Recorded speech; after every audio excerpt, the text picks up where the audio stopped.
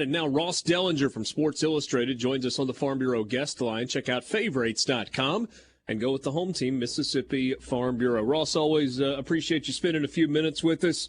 So we get some news today. The Division I Council has approved, some proposals. Kind of walk us down the road of what happened officially today.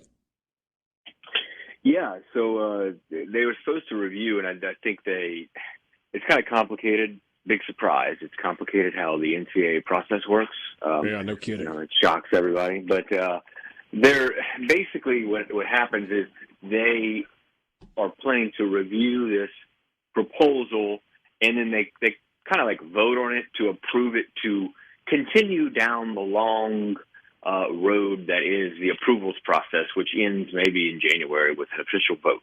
And the proposal is all of this is tied, by the way, to last year's Supreme Court decision, which basically says the NCAA, you're an illegal cartel and you're in violation of antitrust law, and you have to remove all the restrictions on things, including salaries and things like that, cost, or what do they call it, earnings, restriction earnings, or I can't remember I tweeted the exact term, but restricted earning positions. So all restricted earning positions, you kind of list those things. And that includes football graduate assistants who have a restriction on their pay. So that'll be lifted if this is approved.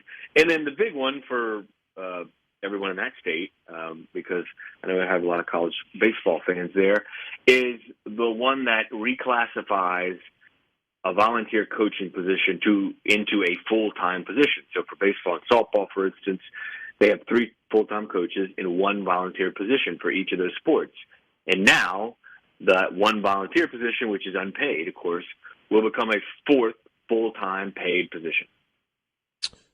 I think for a lot of people in Mississippi where college baseball is such a big deal, and I guess other places, but because Mississippi has got some restrictions or doesn't have a scholarship program that kind of helps in recruiting, there are a lot of people, Ross, that were, because this kind of came out a year or so ago, that looked like, or maybe not that far along, but looked like that they were going to lift some of the scholarship restrictions on baseball. 11.7 scholarships.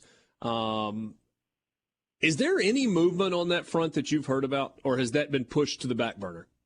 Yeah, it's been pushed. I think what happened was there was some pushback against it from a lot of leagues, and even some power leagues had pushed back on 2 things: the lifting of the cap on coaching staffs and the lifting of the cap on scholarships. And there's just been some pushback there because of finances, mainly because it would just take more money to do those things. And so there was enough pushback that it's been shelved, I think. Now they're still talking about how they can expand scholarships a little bit and all that, but it seems like it's been put on the back burner. The staff stuff, I don't really expect to happen.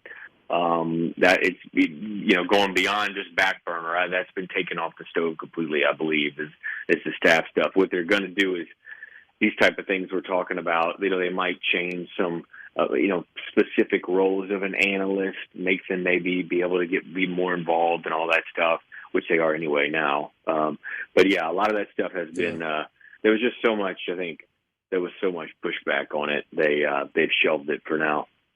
Yeah, because, like in all things, that gives the SEC and the Big Ten the opportunity to kind of do whatever they want. And then you've got other conferences that are constantly playing catch-up. And then I guess baseball is more SEC-driven than anything else.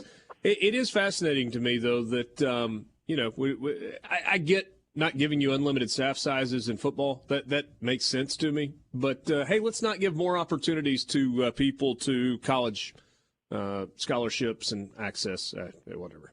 Yeah, I'll go back to your saying that the NCAA makes no sense. What about yesterday?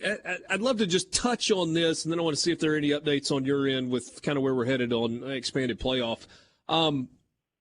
New guidance on the NIL front.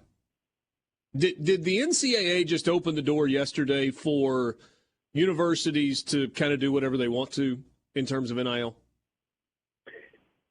I mean, I guess I think a couple of things. I don't know that the guidance was all that significant. First off, two, I don't know that the guidance isn't legislation, so it's not a policy. So can it be enforced? And number three, nothing's been enforced yet. Nobody has gotten slapped on the wrist in any way.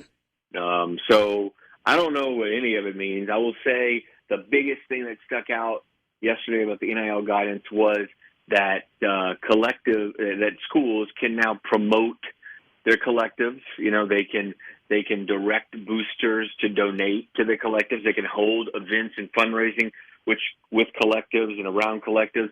The thing is, all of this, most of it has been happening anyway. 3 weeks ago, I went to a function at Ole Miss before the game against Kentucky that included all of the head coaches of Ole Miss in a room with like 10 of the biggest boosters announcing a collectives, and players were in there too. So it's been happening, So I don't know that we should read too much into the guidance. There'll probably be some things here and there that schools will stop doing because of the guidance, because it clarified things. But there will probably be things that schools will be able to do more of, like, again, promoting their collective. So that was the biggest thing to me. Are we ever going to get to a point where the NCAA is actually going to pop some people, follow through on the illegal inducements? Because there's really just not any reason to do that anymore, and yet you've still got it happening in some places. I think we are going to eventually get something from the NCAA as far as enforcement. We know that back in June they're in Miami. We know they've kind of asked around for documents from like BYU and Texas A&M, and so I think at some point we're gonna probably have something come down. Some school's going to get fined or have to disassociate from a booster or whatever. So I think there has to be something. And the NCAA has been so vocal that there will be something, and they're investigating and they're pursuing, that they got to come, I would think, with something at some point.